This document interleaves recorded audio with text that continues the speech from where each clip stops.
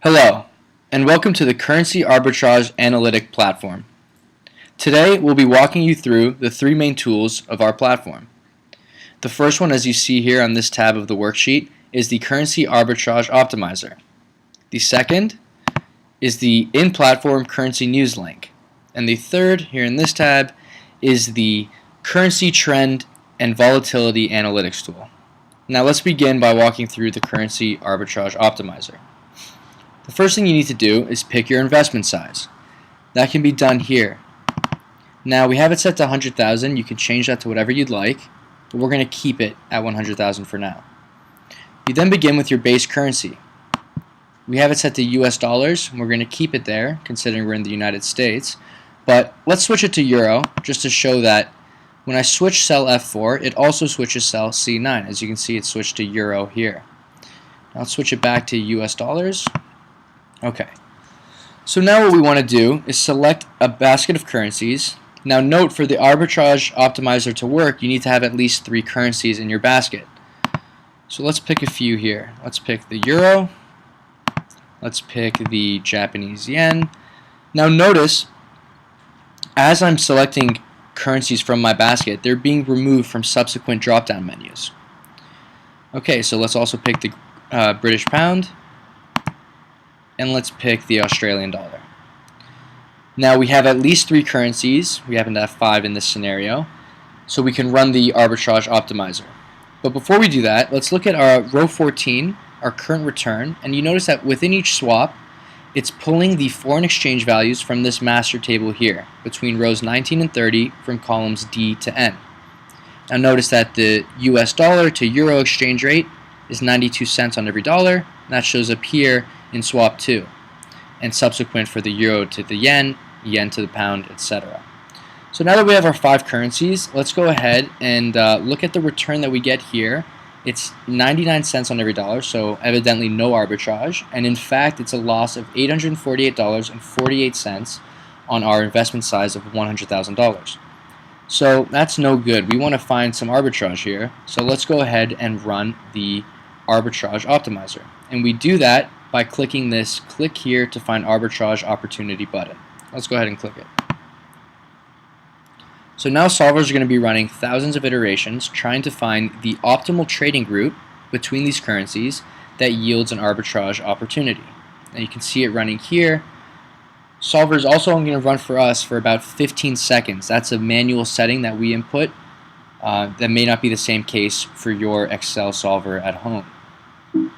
Okay, so the time limit was reached. We're going to stop solver. Okay. Now we're going to keep solver solution. And as you can see, in cell M15, there is no quote-unquote no arbitrage. So we have in fact found an arbitrage opportunity using these 5 currencies. What we have found is exactly 0.3 cents of arbitrage on every dollar invested. And in our investment size of $100,000, that comes out to $346.96. So now let's look at what the trade route was. What exact trade route was found for us? So solvers found for us a trade route beginning with the pound, then to the yen, to the euro, to the Australian dollar, and finally back to the US dollar, which will return us back to the British pound. So as we can see, running a 5 currency, anywhere from 3 to 10 currencies, solver has found an arbitrage opportunity. Now let's look at what other tools this platform has. As we mentioned, there's an in-platform currency link tool. As you can see, we have buttons beside every currency's respective flag. Now let's go ahead and click one of these. Let's try the US dollar. So we click the button, and as you can see, it brings us to a Google News currency feed of the latest currency news on the US dollar. And we can do that for any one of these currencies here. So let's look at the third and final tool here, which is the Currency Trend and Volatility Analytics tool.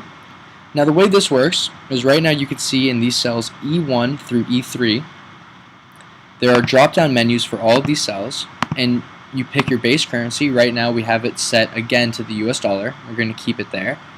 And the next 2 cells you pick for an E2 and E3, our Excel model will create 2 graphs for you.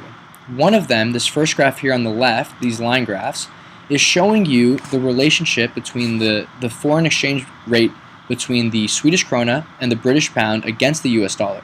So this blue line is showing you the forex value for the Swedish krona against the US dollar, and this orange line here is showing you the relationship between the pound and the US dollar.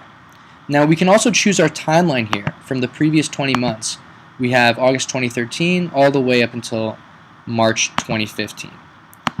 Now right now we'll just keep that there, but as you can see, you can adjust your time period if you want a more lengthy or shorter time period to examine. Now we can also, if we'd only like to examine one currency, we can simply change this Swedish krona to the British pound as well.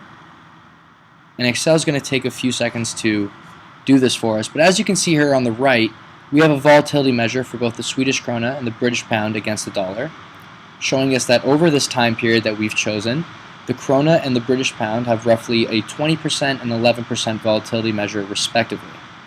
So now we can see a little more in-depth what the British pound is doing over this time period against the US dollar, simply by clicking in E1, E2, and E3 the same currency.